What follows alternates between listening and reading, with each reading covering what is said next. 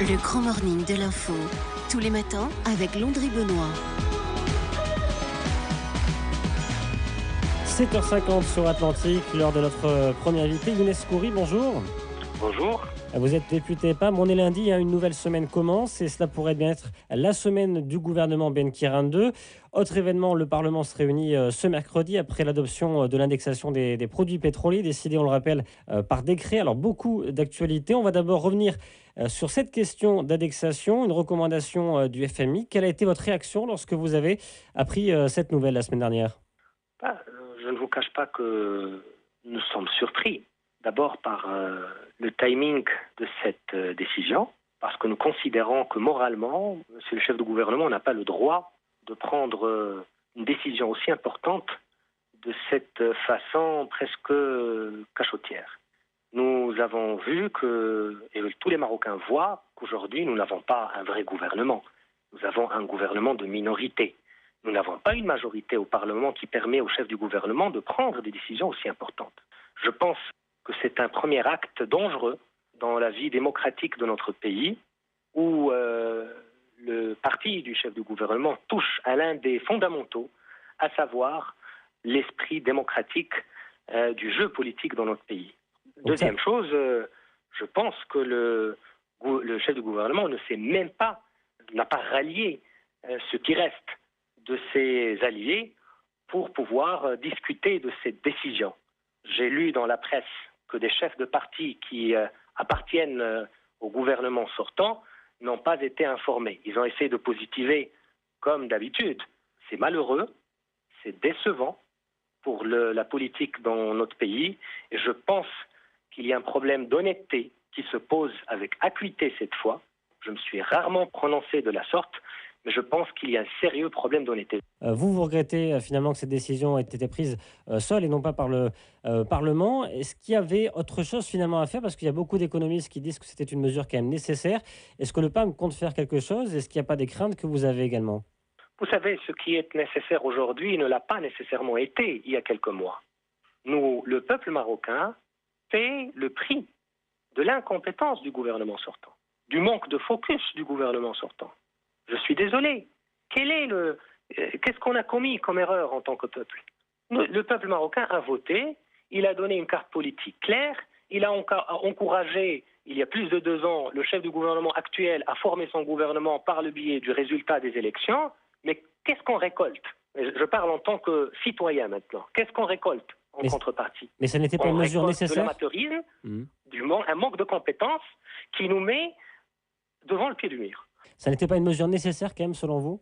Non, je pense qu'il y a toujours d'autres issues possibles. D'ailleurs, notre parti se réunit tout à l'heure à l'occasion de la tenue de notre bureau politique. Nous avons une commission d'experts qui a travaillé d'arrache-pied sur ce sujet et nous allons effectivement annoncer une position concrète, officielle et détaillée par rapport aux mesures, par rapport aux impacts éventuels et par rapport également aux alternatives dans les prochaines heures, voire les prochains jours. Mais je dois vous dire que c'est par manque de courage d'aborder la question de la compensation dans sa globalité que le chef de gouvernement est parti directement vers une décompensation sur un sujet ou 2 sujets particuliers.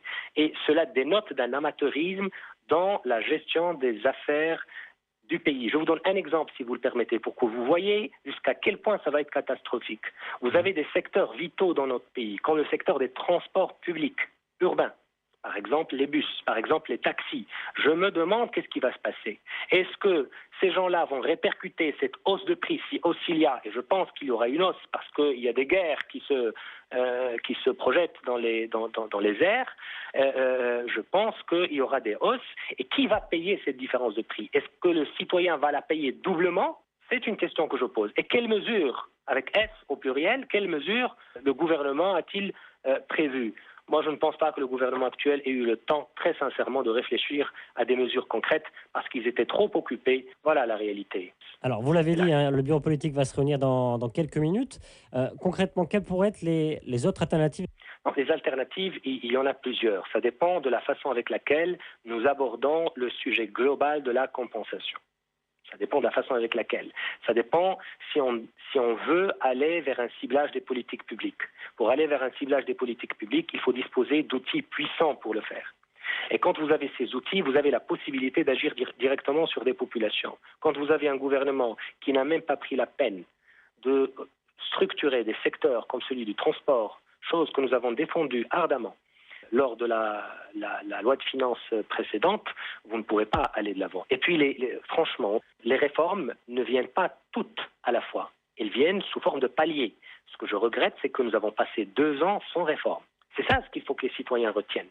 L'indexation des prix du carburant aurait pu être faite de manière plutôt graduelle?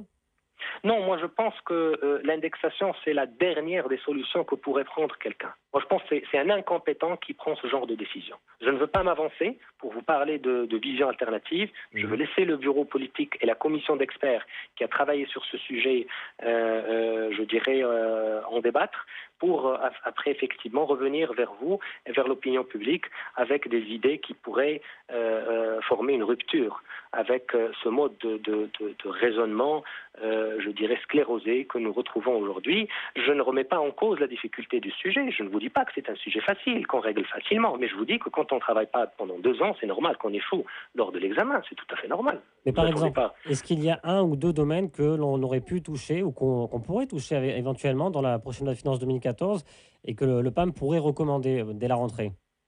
Vous savez que le PAM a un référentiel de démocratie sociale. Nous savons aujourd'hui qu'il y a des couches de la population qui n'arrivent pas à s'accrocher au rythme des événements. Nous savons qu'il y a une crise. Nous savons que les entreprises ne se font pas payer. Il y a des marchés, mais il n'y a pas de cash. Le cash ne circule pas. Je pense que l'une des premières choses qu'il faudra revoir de façon courageuse et osée, c'est cette question de cash qui va permettre de redynamiser, même partiellement, l'économie du pays. Les citoyens le savent très très bien. Deuxièmement, l'administration se porte très très mal et c'est la responsabilité entière du gouvernement et du chef du gouvernement en particulier. On vous entend, on entend bien que c'est la rentrée politique qui approche. L'actualité, c'est aussi le gouvernement Ben Kirane 2 qui devrait être annoncé dans les prochains jours, peut-être même cette semaine. Donc, qu'est-ce que vous attendez concrètement de ce gouvernement avec donc une alliance logiquement du RNI? Écoutez, nous avons été très clairs par rapport à l'avènement de ce gouvernement. Il s'agit clairement de dire que d'abord, nous ne sommes pas concernés par ce qui s'est passé. Nous l'avons annoncé clairement. Nous avons été peut-être le premier parti à dire que nous ne sommes pas concernés par une deuxième version du gouvernement de M. Ben Kirane. Et nous avons exprimé le pourquoi de la chose. J'espère pour mon pays, de toute façon, je vais ôter ma casquette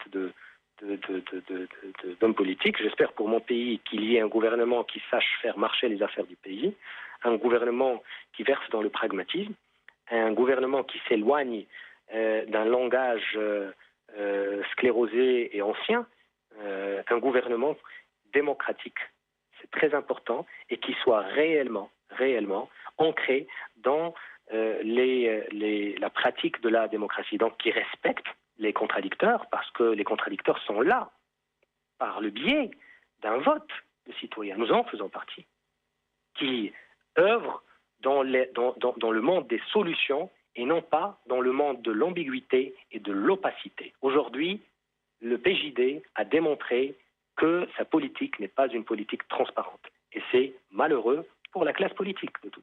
Merci Younes Skouri.